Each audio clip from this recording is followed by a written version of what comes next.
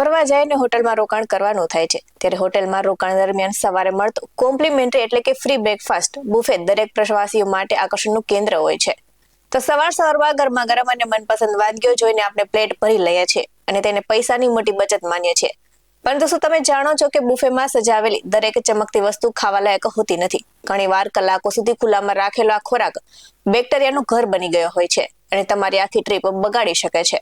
તો ચાલો જાણીએ કે હોટલના બુફેના પ્લેટમાં સજાવતી કઈ વસ્તુઓથી અંતર રાખવું જરૂરી છે. નમસ્કાર દર્શક મિત્રો, બેસ 90 ન્યૂઝમાં આપની સાથે હું છું નેહા પટેલ. હોટલમાં રોકાવાનો એક એટલો મોટો ફાયદો ત્યાં મળતો ફ્રી બ્રેકફાસ્ટ માનવામાં આવે છે. પરંતુ હોટલના બુફેમાં રાખેલી દરેક વસ્તુ હંમેશા ખાવી યોગ્ય કે સેફ નથી હોતી, કેમ કે ઘણી વખત ખોરાક લાંબા સમય સુધી બહાર રાખવામાં આવે છે, જેનાથી તેમાં બેક્ટેરિયા થઈ જાય છે અને હોટલના નાસ્તા તરીકે ઘણી વખત સાવધાની પણ રાખવી જરૂરી છે. જો તમે હોટલમાં સ્ટે કરો છો અને ફ્રીમાં મળતા નાસ્તાને તમે એક સારી બચત સમજો છો, આ માન્યતા તમારી ખોટી છે, કેમ કે આ વસ્તુઓ દેખાવમાં તો સ્વાદિષ્ટ લાગે છે પણ ખાવા પર સ્વાસ્થ્ય માટે જોખમરૂપ સાબિત થાય છે. તો ફળો સામાન્ય રીતે હેલ્ધી માનવામાં આવે છે, પરંતુ હોટલમાં કાપેલા ફળો હંમેશા સેફ નથી હોતા.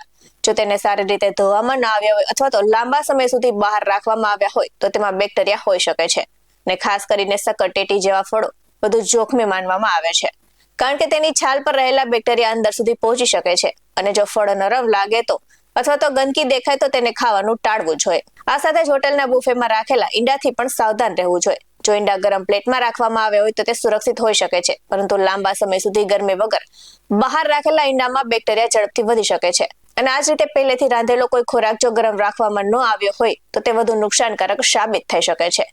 આ સાથે જ ફ્રેન્ચ ફ્રાય તેમજ હોમ ફ્રાઈઝ ઘણા લોકોને પસંદ હોય છે, પરંતુ હોટેલમાં અવારનવાર પહેલેથી જ બનાવીને ફરીથી ગરમ કરવામાં આવે છે. એવામાં તેનો સ્વાદ અને ક્વોલિટી બંને બગડી શકે છે. તેથી ખાવાથી બચવું જોઈએ ને શું સારું છે કે નહીં તે જોઈને જ ચકાસીને જ ખાવું જોઈએ.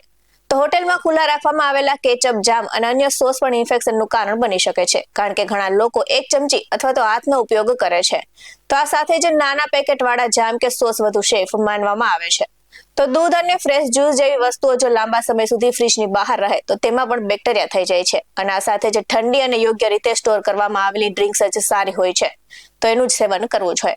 અને જો ખોરાક લેવા માટે ચીમટો કે ચમચીનો ઉપયોગ ન રાખવામાં આવ્યો હોય તો સમજી લેજો કે ત્યાં લોકો સીધા હાથથી ખોરાક અડી રહ્યા છે અને આનાથી સંક્રમણ ફેલાવાનું જોખમ વધી જાય છે. તેથી ખાતા પહેલા અને પછી હાથ સાફ કરવા જરૂરી છે. જો કે આનો અર્થ એવો નથી કે હોટલનું બધું જ ખાવાનું ખરાબ હોય છે, પણ જો હોટલમાં યોગ્ય તાપમાન પર રાખવામાં ન આવે ખોરાક અને તાજો બન્યો ન હોય, આ સાથે જ પેક ન હોય તો તે સેફ માનવામાં આવતો નથી અને આ સાથે જ ઓર્ડર પર બનતા ઓમલેટ જેવા વિકલ્પો પણ સારા રહે છે. આવા જ વધુ અહેવાલ સાથે ફરી મળતા રહીશું. તમે મારી યુટ્યુબ ચેનલને સબસ્ક્રાઇબ કરવાનું અને અમને ફેસબુક અને ઇન્સ્ટાગ્રામ પર ફોલો કરવાનું ભૂલશો નહીં. બાકી અવનવી અપડેટ્સ મેળવવા માટે જોતા રહો બેસ 90 ન્યૂઝ. અહીં આપવામાં આવેલી જાણકારી વિવિધ નિષ્ણાતોના જણા પર આધારિત છે. બેસ 90 ન્યૂઝ આવી કોઈ પુષ્ટિ નથી કરતું. નમસ્કાર.